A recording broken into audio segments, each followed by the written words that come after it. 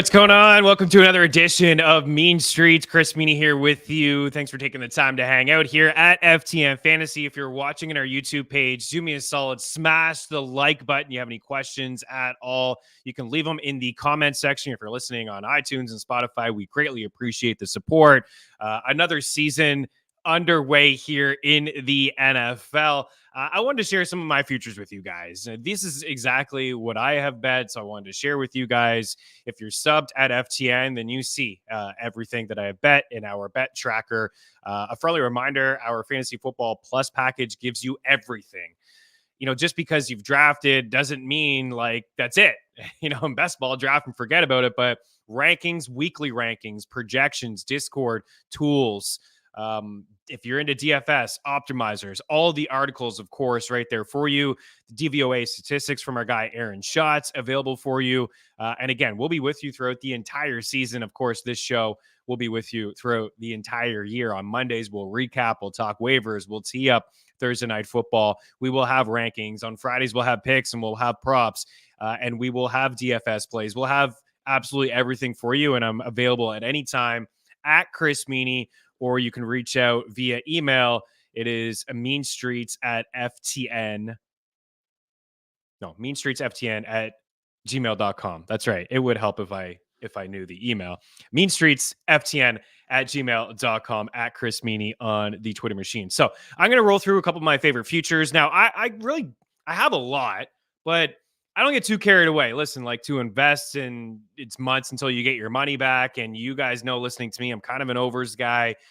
So I've come at you with some touchdowns. I typically lean unders with certain players. Like last year on this show, we had under 5.5 touchdowns there in Jones and under rushing yards. Injuries could happen and it just kind of screws everything up. So I really just feel like the best way to attack some of these futures is like touchdown props. But I'm going to give division winners, playoff squad, Super Bowl, talk some awards. But first, I wanted to share some touchdown futures I have and some of my favorite win totals with you guys as well. And I'd love to hear some of your favorites. Again, reach out or leave a comment in the comment section. So we'll start here with, let's go with futures, player futures. So a lot here. If you're watching, a ton. I have them ranked in order of how I like them. First up here, I, of course, will read them off for the iTunes and Spotify listeners. And the first one is Jalen Waddle. Jalen Waddle has actually been nicked up through most of camp with a calf injury. He shed the sleeve that he had on his calf, and all signs point to him being fully healthy and ready to go here. It was a down year for Jalen Waddle last year. It was kind of frustrating to own him at times, even though he had 1,000 yards. He only played 14 games, but he had a career low in terms of 1,014 yards, 72 catches, 104 targets, 4 touchdowns, all career lows for him last season. But, I'm hoping he's healthy. Tua going to be among the leaders in passing yards again. 4.5 touchdowns is just too low for a guy that's had 6, 8, and 4. And the offense really running through 2 wide receivers. Jonnu Smith. I like Malik Washington. I like, not Malik Washington. It is, Malik Washington. I like Malik Washington is like a guy who may pop up a little bit later on. Like I don't expect a whole lot this year from OBJ, but Jalen Waddle over 5.5 touchdowns, I feel like is just last year was the outlier, the quote unquote down year. And the same thing here for number 2, T Higgins at over 4.5 receptions, minus 140. There's a little bit of juice. When I did I put this into the tracker, I would say like 3 weeks ago. It didn't have anything to do with Jamar Chase. I expected Chase to be ready to go week 1 for the Pats, whether he has a contract or not. But T Higgins last season, he had a down year. In fact, Joe Burrow did as well. Remember, he started the season with a calf injury, and then he had another injury, and Higgins missed a little bit of time. But I look at 2021 and 2022, and those seasons are very much on par, identical. 74 catches in each season, over 1,000 yards in each season, 6 touchdowns and 7 touchdowns. In fact, he started his NFL career 6 touchdowns, 6 and 7, and last year 5. So why is it 4.5? Tyler Boyd is gone, right? He led the team in third down receptions. Joe Mixon had 50-plus grabs last year, averaged over 50 catches over his last 3 seasons in Brian Callahan's offense. So T. Higgins playing for a contract. I understand that sometimes injuries pop up. Heck, as I'm talking to you right now, he's dealing with a hammy injury, but it doesn't sound all that serious. Over 4.5, Waddle and T. Higgins. And then the other guy here, my top 3 would be Jake Ferguson over 4.5 as well. Jake Ferguson led all tight ends last year in red zone targets. CeeDee Lamb led all players in red zone targets as well. And Dak Prescott led all quarterbacks in pass attempts inside the red zone. And it wasn't even close. And now they did get a goal line back in Zeke this year. I don't expect this team to have a lot of success running the football. And I believe they'll be pass happy. And I think they'll be pass happy inside the red zone as well. Heck, Tony Pollard, on top of everything that happened in Dallas in the red zone, Pollard was second in red zone rushing attempts last season, 3 behind Christian McCaffrey, and he struggled in that role. So it's a tougher schedule. They're not going to beat up on all these teams like they did last year, especially at home. They do have the first place schedule in the AFC North there, but Ferguson in year number 2 racked up 5 receiving touchdowns, and I felt like he was a little unlucky in the red zone. So we're going with Jake Ferguson. Kyle Pitts, I know. Kyle Pitts, burn me once. No, burn me twice. No, I'm not doing it again. This guy had 4 red zone targets last year. 4. Are you kidding me? With 4 red zone targets? This is a freak of nature. You can line him up all over the place. There's talk about, some short yardage stuff with him this season, which I'm comfortable with. But what I saw in camp was, them just practicing on fades or, corner routes and Kirk Cousins tossing him the ball, which is, again, just didn't happen last year in Atlanta's offense. Arthur Smith is gone. Heck, Arthur Smith gave more goal line rushing attempts to Cordero Patterson than he did to Bijan Robinson. So there was some frustrations across the board. You look at the Falcons as a team, 17 passing touchdowns in 17 games. Kirk Cousins had 18 in like 8 games, 7.5. And I get it. He had better weapons, but he's coming in here into a system he's familiar with, right? Zach Robinson comes from Sean McVay's coaching tree. Kevin O'Connell came from Sean McVay's coaching tree. You have Drake London and you have Kyle Pitts. You have Darnell Mooney over the top to play the Jordan Addison role, some busted coverage. I actually like Mooney this year as well. I considered putting him on the board because I think he's a guy that can get 4 or 5 touchdowns. But Kyle Pitts will be used differently this season. You hope that he's healthy. There's no Jonnu Smith. There's no Arthur Smith. I like Kyle Pitts for over 4.5 touchdowns this year. Terry McLaurin over 4.5 is plus money, plus 110 over at Bet365. I used the prop shop to get the best possible number on the YouTube video. I do have the number and the book available here, if, just for your convenience. But Terry McLaurin has never had over 5 receiving touchdowns, despite having 1,000 yards in 4 straight campaigns. Like, he's a really good wide receiver. We've just never seen the ceiling from him. You know why? Because Jaden Daniels will be the 12th different quarterback he has caught passes from. And as he heads into year 6. So he did have 7 touchdowns as a rookie, but 4, 5, 5, and 4 over the last 4 years, despite, 17 games in each of the last 3 seasons. So I just believe that Jaden Daniels will help elevate Terry McLaurin, unlock Terry McLaurin. Guys, the deep ball, he's a good decision maker. You'll have to respect the ground game with him and what he can do with his legs, and Brian Robinson and the short yardage stuff with Eckler. And that's a lot of what we've seen in the preseason was short A-dot, get the ball out quick. But I like Terry here for over 4.5 touchdowns. Same sort of deal with George Pickens.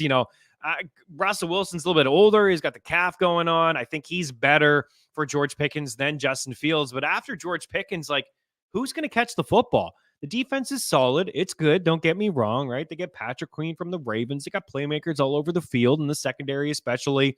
After George Pickens, though, there's not a lot there. Jalen Warren, Pat Freiermuth, Van Jefferson, come on. We know it's going to be a run-first squad, but George Pickens is the big play guy in this offense. He led the NFL in yards per catch. He's got great catch radius. He can go up and get anything. It's a big season for him. There's no Deontay Johnson, so he is going to face some top coverage. But I look at last year with Russ and Cortland Sutton, and he was able to have a big campaign. The deep ball and the accuracy is still there. I like Pickens over 4.5. Zamir White over 4.5 rushing touchdowns. This is just too low for the starting running back. Zamir White is going to be the lead. First down, second down, he's going to be the goal line back. I think this Raiders offense is going to be better than people think with Gardner Minshew under center. Devontae Adams, Jacoby Myers actually had a decent season last year. He was wide receiver 26 in fantasy points per game. Brock Bowers, this is the tight end. Run the ball. Antonio Pierce showed us they want to run the ball when he took over from McDaniels. And also in the 4 games without Josh Jacobs, it's a small sample size, but Zamir White averaged 21 opportunities, 2.5 catches, and 99 rushing yards per game. We're just asking for 5 rushing touchdowns for the starting running back in Zamir White, who one of my favorite fantasy targets to get in the 7th or the 8th round. And I do believe he's going to finish inside the top 10 in rushing attempts this season. I really do believe that. He may not, when you watch the tape, he doesn't blow you away. But the offensive line is underrated. We have them as a top 5 unit over at FTN Fantasy in our offensive line rankings. That may be a little bullish, I'll be honest. I think they do have the upside to be a top 10 unit, but Zamir White over 4.5 rushing touchdowns. This one here next, Romeo Doubs, I guess I understand why it's low, just because, you have Dontavian Wicks and you have Jane Reed and Christian Watson. There's a lot going on there. The youngest wide receiver room in all of football last year. Jordan Love, really in the second half, was the best quarterback in the NFL, right? He went back-to-back against the Lions and the Chiefs and lit them up. I think he had 22 touchdowns and just a pick over his final 8 or 9 games. He was awesome into the playoffs as well.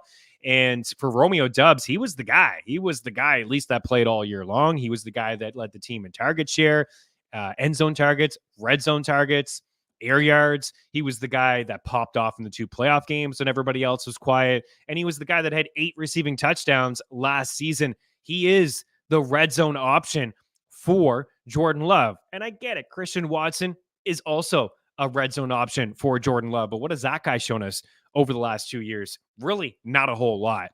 It's like a 5-game stretch with Aaron Rodgers where he had 7 touchdowns. But other than that, he hasn't done anything. Trust me, I know, because I've pumped his tires as a pick over the past couple of years. But I think Romeo Doubs, and last year Jayden Reed was that guy for me at the end of drafts. This year, Romeo Doubs and Dontavian Wicks, they are that guy for me. And I think Jordan Love, I think he's for real. I think he's legit. It's crazy that he got paid the way that he did with 1 full season in the NFL, but he learned behind Rodgers for quite some time. And I think Matt LaFleur is more comfortable with him using guys in motion, which just Rodgers didn't like. So I think that, this room will grow. He will grow as a quarterback. The young wide receiver room and tight end room, 2 rookie tight ends last year, will grow as well. And I think they have an upgrade in the running back room with Josh Jacobs. Aaron Jones is a great back. He was great down the stretch into the playoffs, but he hasn't really stayed healthy. There were times where they didn't have him on the field, and you could see at the end of the season when they did, their offense really took off. And with Josh Jacobs there, I think that their offense will be good to start the season. And then a couple long shots here. Brian Thomas Jr. over 4.5 touchdowns. He led the nation last year with 17 receiving touchdowns, playing for LSU. It may take a little bit of time. You have Christian Kirk there and Evan Ingram, who are going to be 1 and 2 in terms of targets. ETN's going to catch a bunch of passes as well. Gabe Davis is a guy that, drops passes, but he has 7 touchdowns, I think, in each of the last couple of seasons, 3 seasons for Gabe Davis. Some deep threats inside Trevor Lawrence's offense with Doug Peterson. And I'm just a sucker for Brian Thomas Jr. I have a lot of shares of this guy. I have reached in certain spots. I just wanted him. He does everything and more than Gabe Davis does. So it could take some time, but, short ADOT stuff for Kirk, especially Ingram, not getting a lot of love in the red zone. I did see a preseason game where he had a couple touchdowns there, but Ryan Thomas Jr. can blow the top off the defense. There isn't anything he can't do. People talk about his route tree being limited. Well, he wasn't asked to do a lot when you have Malik Neighbors on the squad at LSU. So I'm a big BT Jr. fan. Give me the over 4.5 receiving touchdowns. Garrett Wilson, 7.5. Understand if you don't want to do this, right? If you did it last year, Aaron Rodgers got hurt and you got burned. But if Aaron Rodgers is healthy this season, Garrett Wilson is going to flirt with 10 receiving touchdowns, and that's just a fact. The offense is going to run through him and Breece Hall. I actually feel like Mike Williams is worth a dart throw late in drafts. We'll be talking about him when he is healthy as a wide receiver 3 and talking about him in DFS or anytime touchdowns. But Garrett Wilson has been a target hog. It just needs somebody to throw him the football. We haven't seen Aaron Rodgers complete a pass in the NFL in nearly 600 days. But even if he's just above average, or let's say 65% of the Aaron Rodgers we saw in his final season, which wasn't even fantastic, it would be an upgrade over what they had last year. Garrett Wilson over 7.5 receiving touchdowns. This one on James Cook, it's too low. It was plus 125 when I brought this up to subs, I would say 6 weeks ago. And I was like, man, 3.5 rushing touchdowns. Josh Allen had 15. The starting running back we have for well over 200 carries. We have him for over 50 grabs. I feel like he's going to be among the leaders in overall touches. Josh Allen's going to snake some touchdowns. They're going to come down from the 15. Maybe he lives in the 7, 8, 9 range. But James Cook, I feel like he's going to fall in the end zone on the ground at least 4 times, given the way that the offense changed with Joe Brady when he took over in Buffalo. So it may be a game where they beat up on a weak opponent. They play the Pats twice, and maybe one of those games where he finds the end zone twice in one game, twice in another. It doesn't seem like a lot to ask. Got Ray Davis there, who could, carve out a goal line role. But let's be honest, the goal line guy is Josh Allen. But James Cook was good when they turned to him. He was getting a lot of opportunities. We're taking the over 3.5. And the final one I have on the board there is Gus Edwards over 4.5 touchdowns is minus 115. Pretty shocked to see books hang like plus 170 for J.K. Dobbins to have a touchdown in week 1 against the Raiders and plus 240 for Gus Edwards to have a touchdown. There's no doubt that Dobbins is more versatile. He's got more to offer. We haven't seen him in quite some time. He's got a couple of Achilles injuries, really slowed him down. Edwards has been durable for the most part, nearly 5 yards per carry in the 4 seasons-ish with the Baltimore Ravens. He led all backs in goal line attempts. The only player that had more goal line rushing attempts than him last season was Jalen Hurts, of course, with the tush push. So Gus Edwards exceeded it in that role. He should be given first crack in that role, given the success that he had last year. 13 touchdowns, all 13 of them came inside the 10. So he isn't a guy that's like going to break a whole lot of them from like 30, 40 yards out, but he is a guy that I think the Chargers can lean on. Sure, J.K. Dobbins, if healthy, is going to get some of those opportunities, but I expect Gus Edwards to be the lead and J.K. Dobbins to kind of be eased back into this. And plus, we know they're going to be a run-first squad with Harbaugh and Roman. That's what they did in Stanford with Luck. That's what they did Harbaugh and San Fran, with Gore and company. And that's what they did in Baltimore as well, Roman, leaning on those backs. And he brings those backs over to guys that he was familiar with his time in Baltimore. So those are the NFL futures. Again, touchdowns. I do have a couple other like T. Higgins over receiving yards, but mostly sticking with touchdowns. They're kind of hard to predict, but it's all about volume and opportunities inside the red zone. And even if these guys miss time, we still could get that number as opposed to hammering it over on rushing or receiving and, missing a couple weeks. And that could be enough not to get that number where you could have multiple touchdown games and things like that. So those are the NFL futures. Here are the win totals. Let me just timestamp here for the folks. NFL win totals, I'm fading a lot of these teams with low win totals. New England 4.5, right? I mean, the defense has taken some hits over the past couple weeks, trading Matthew Judon.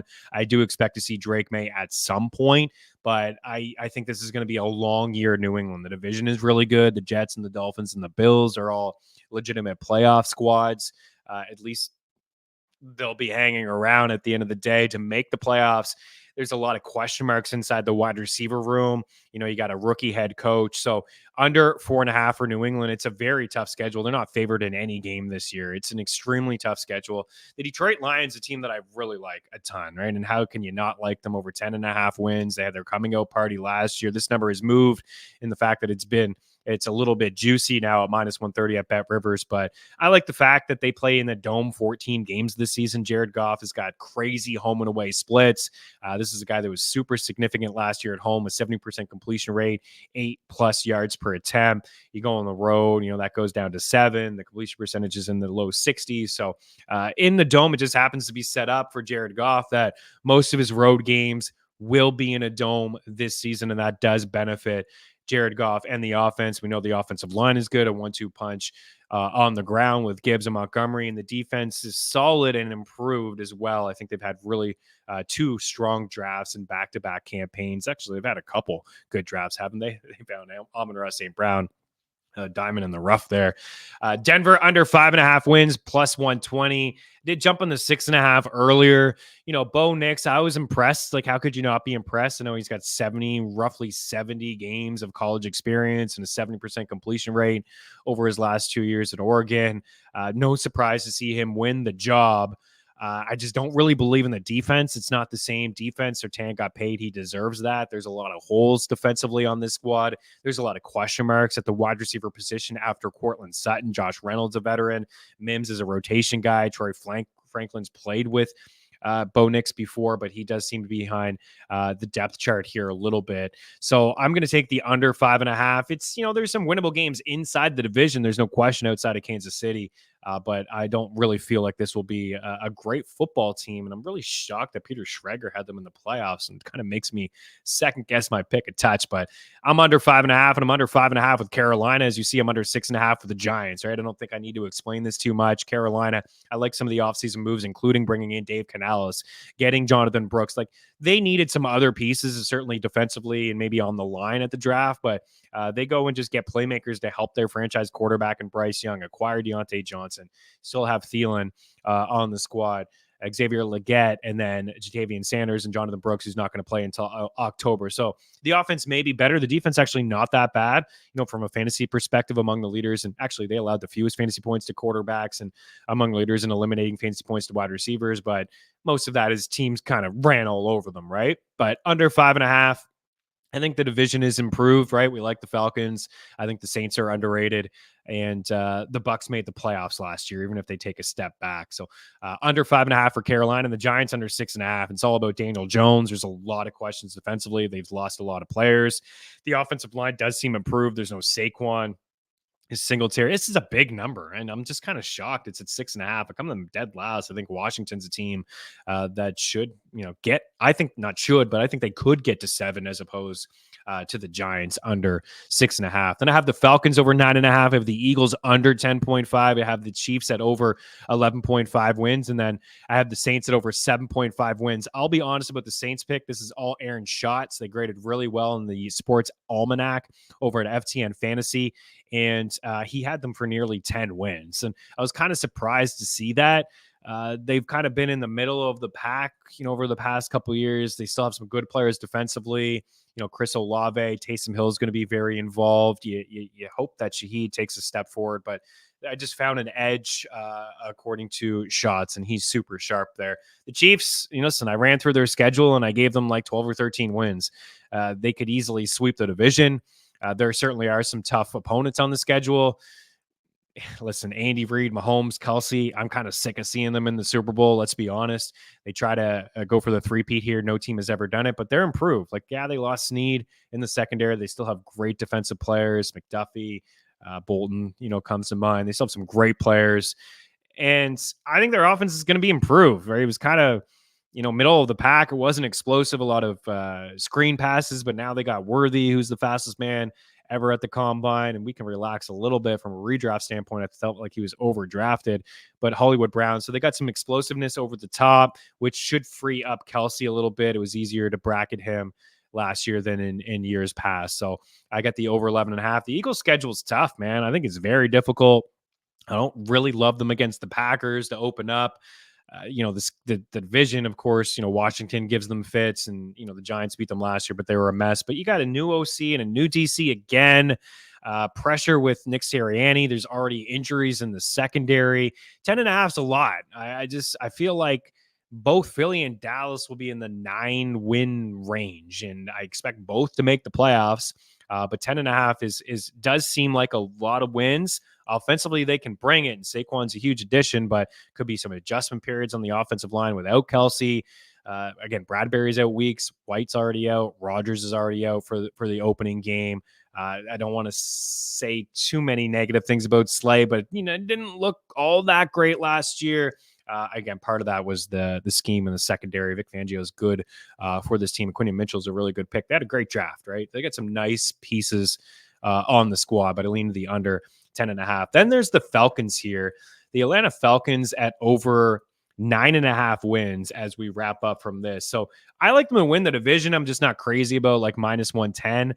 I think that I'm going to be cautious of them winning the division because of the way that they start. Like at home against Pittsburgh, winnable game, but not going to be easy. Then in Philly for their home opener on Monday Night Football. Kirk Cousins played in the spot last year as a member of the Vikings and got torched in this game at the link. Then they have the Chiefs week 3, and then some divisional games, which, could be tough against the Saints and the Bucks. But then the schedule really opens up from week 11 on. This is the way that they finish. Week 11 at Broncos. Week 12 bye. Week 13, home to the Chargers. Week 14 at Vikings. Week 15 at the Raiders. Week 16, home to the to the Giants, week 17 at Washington, week 18 home to Carolina. They may be favored in every one of those games. That's a span of 7 games from week 11 on, mixed in with a bye. So I think that they can finish really, really strong, over 9.5 wins. I like the additions they made lately with Judon and Simmons defensively. I like Raheem Morris as a head coach. I like Zach Robinson. I'm intrigued to how this offense will look, a lot like McVay's and a lot like Kevin O'Connell's. The biggest question, of course, is Kirk Cousins at his age, coming off the ruptured Achilles.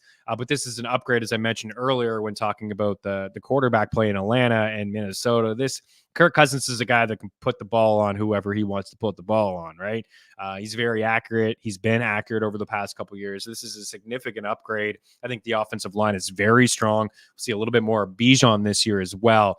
So there's a lot to like about the Falcons offensively and defensively. So those are the futures and the win totals. I'll run through what I have for divisions here before I wrap up. The North was the toughest for me to call. The AFC North, all 4 of these teams had a winning record, and we saw a couple make the playoffs, right? 3 of them make the playoffs. So I got Baltimore slightly over Cincy.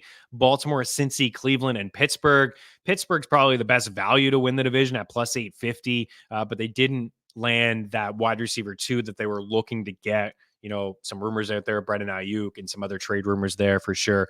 But Baltimore, 3 new guys on the offensive line, missing some guys like Patrick Queen, but still, sound football team all over the place. And I like the addition of Derrick Henry, and, wouldn't fight you if you wanted to put the Bengals or the Browns at number 1. I just don't really believe in Deshaun Watson. They got to battle through without Nick Chubb for the first few weeks. I think Cincy's defense has improved and the O-line has improved, and, Chase looks like he's going to play in company, but I lean with Baltimore. In the East, I go Jets, Bills, Dolphins, and Pats. I think that one, again, very tough to call. The way that Miami finishes their schedule, some cold weather games there, and some tough opponents I don't think will be great for Tua and company. The Bills taking a step back offensively, right? They lost nearly 80% of their end zone targets. Nearly 2,000 yards in Diggs and in Gabe Davis. So Josh Allen's great. He could actually win MVP this year if the Bills don't miss a step. You'd have to give him credit, given, Keon Coleman's a rookie and Curtis Samuel doesn't offer too much. And Khalil Shakir doesn't have a ton of experience. So, and missing some guys defensively, right, in their secondary, especially with some injuries and some trades and things like that. So the Jets defense is great. We know that. It's fantastic. And Breece Hall looked great last year, seeing a lot of stack boxes coming off the injury, adding Malachi Corley, Conklin is underrated tight end, and Mike Williams there. So as long as Rodgers stays healthy, I think that this is a team that should rattle off 9 or 10 wins, just given the upgrade at the quarterback position. In the South, the Texans, the Jags, the Colts, and the Titans. I really wanted to come in here because I like Will Levis this year. I like Brian Callahan a lot. I like the Tennessee Titans to take a step forward. I wouldn't be shocked if they finish second in this division. I think they're a decent long shot to make the playoffs if you wanted to sprinkle anything there. I think the defense is certainly good. The secondary is solid. They've made some nice moves in the offseason as well, getting Snead. So the Titans, I feel like maybe next year, but I do believe Callahan can help grow Will Levis. We saw Jake Browning with some really nice moments. I think the Jags will be better as well. The Colts can get after the quarterback, but I wonder, how good that secondary is going to be. And really, Anthony Richardson's fairly raw. Like, he's a great fantasy quarterback, but I think it's like a mid-50s completion percentage, careless with the football in the preseason turnovers. He'd never played with Taylor, so that's good. I like Steichen as a play caller. There's some reasons to be optimistic with the Colts, but ultimately I went the better quarterback with Trevor Lawrence coming second. And then the Texans actually had to lean to the under 10.5 when it opened up. This is the way that they finished their schedule. So week 9 on, actually, it was a tough one, week 7 at Lambeau, but week 9 on, Detroit, Dallas, Tennessee, Jacksonville, fine, but they're divisional games. Then Miami after the bye, week 15. Then the Chiefs in Kansas City, week 16. Then week 17, home to Baltimore. And then Tennessee on the road, week 18. So that stretch of Jets, Lions, Cowboys, 2 divisional games with the Titans and the Jags, then Miami, KC, and Baltimore, that is a very, very difficult schedule. The Texans should win the division, make the playoffs. I like them overall, but it's going to be a true test down the stretch of the season.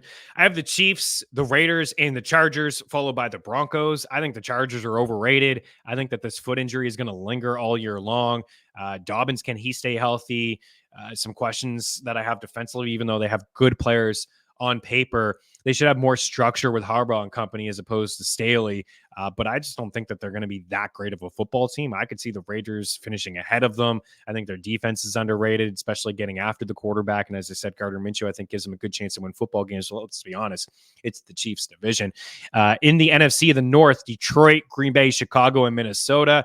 Talked up the Lions already, like the Packers and what they did. And I think the Bears will certainly be improved, but Caleb Williams is a rookie overall. I have questions about the offensive play calling. We'll see what Waldron can dial up for them. But certainly Caleb Williams is set up unlike any first overall pick in the NFL. And the Vikings, I think, are in for a long season. In the East, I do have Philly, Dallas, Washington, and New York. In the South, Atlanta. I went with the Saints because of shots. I was originally Tampa, but man, he's super sharp, and from an analytical standpoint, they check out pretty good. And I think that they can hang. Carr missed some time. He finished strong. I like Clint Kubiak as a play caller.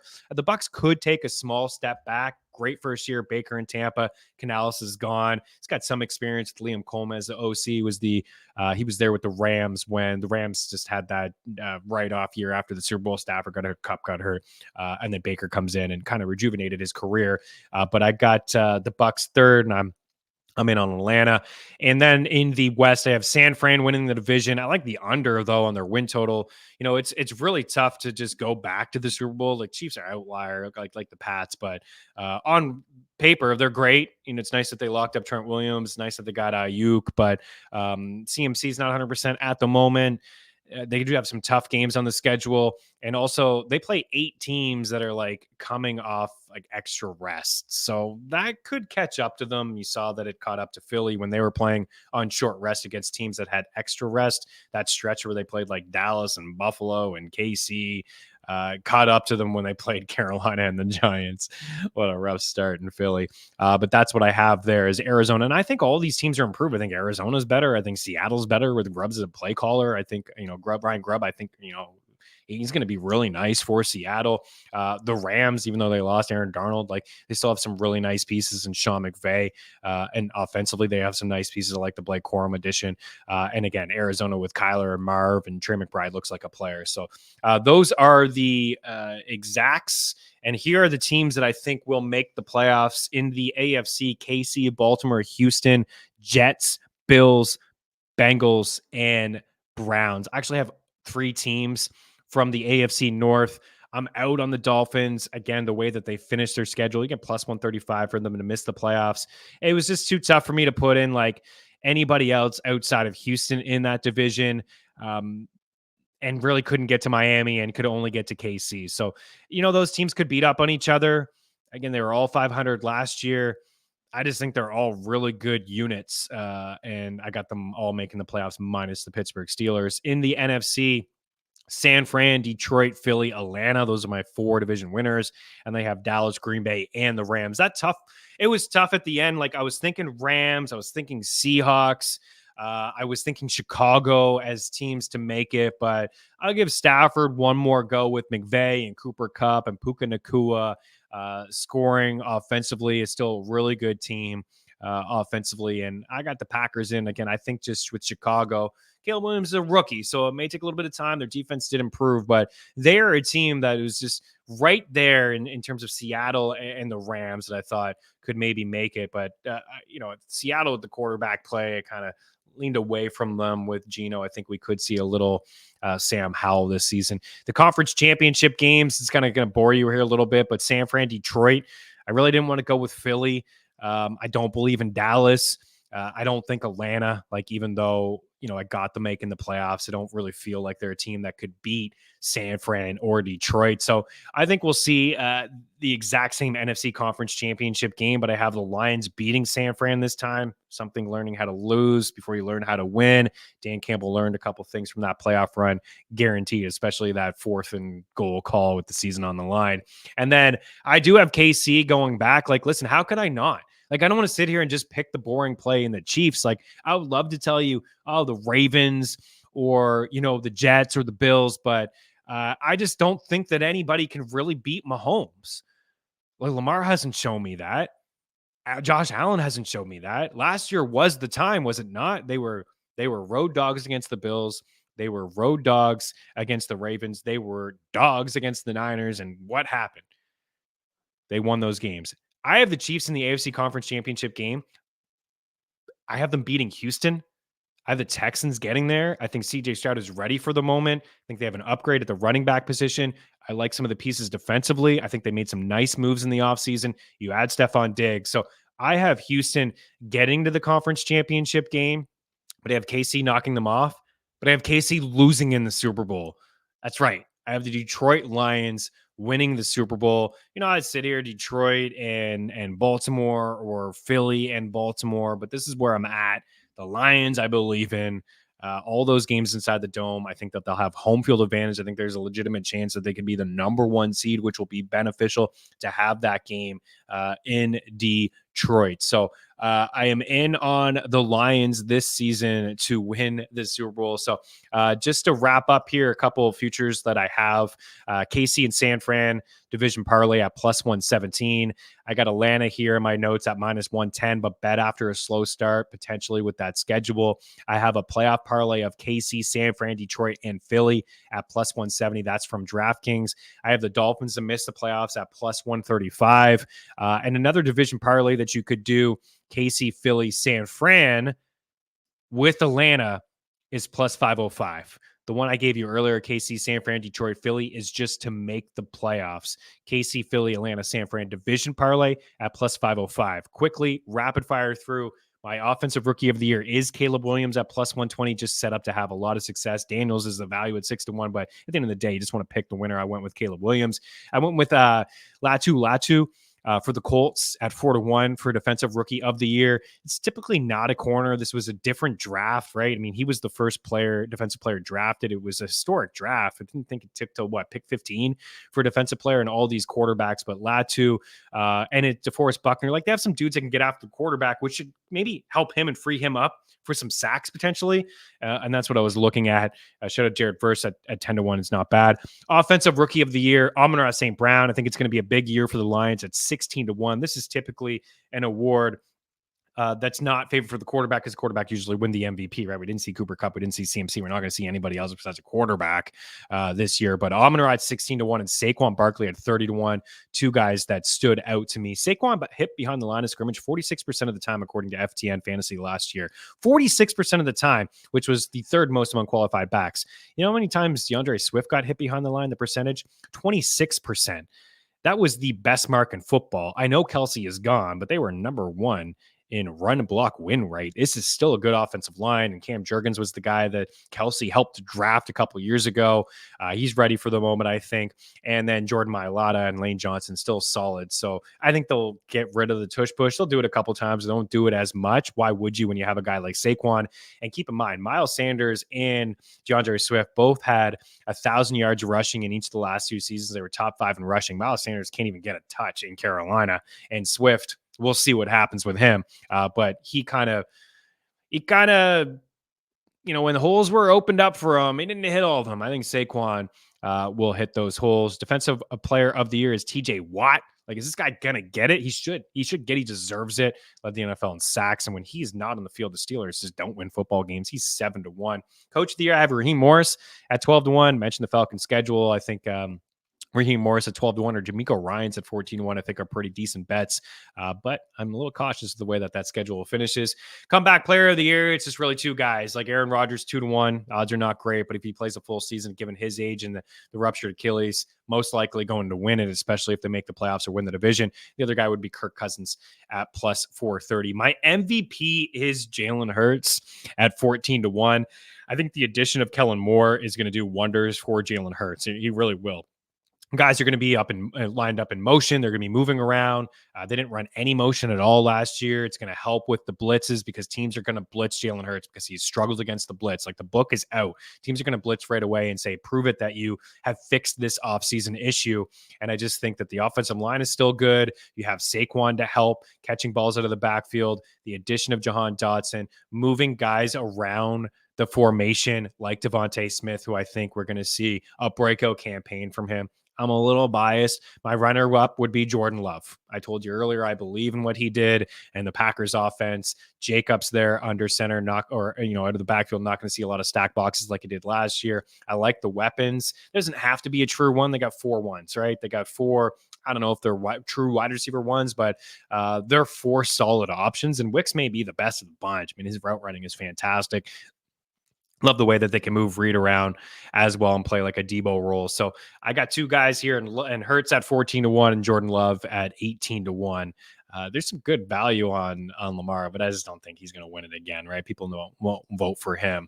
And Josh Allen has really been knocking on the door, as I said earlier. And if he can still be elite without Diggs and Gabe Davis, that's going to go a long way as well. So appreciate you guys taking the time to hang out. Football finally here, NFL futures. Any questions, you guys can always reach out at Chris Meaney. Again, meanstreetsftn@gmail.com. And we will have a live show on Friday answering your starter sit questions with some picks and some props and some DFS plays. We'll talk to you soon. Have a good one.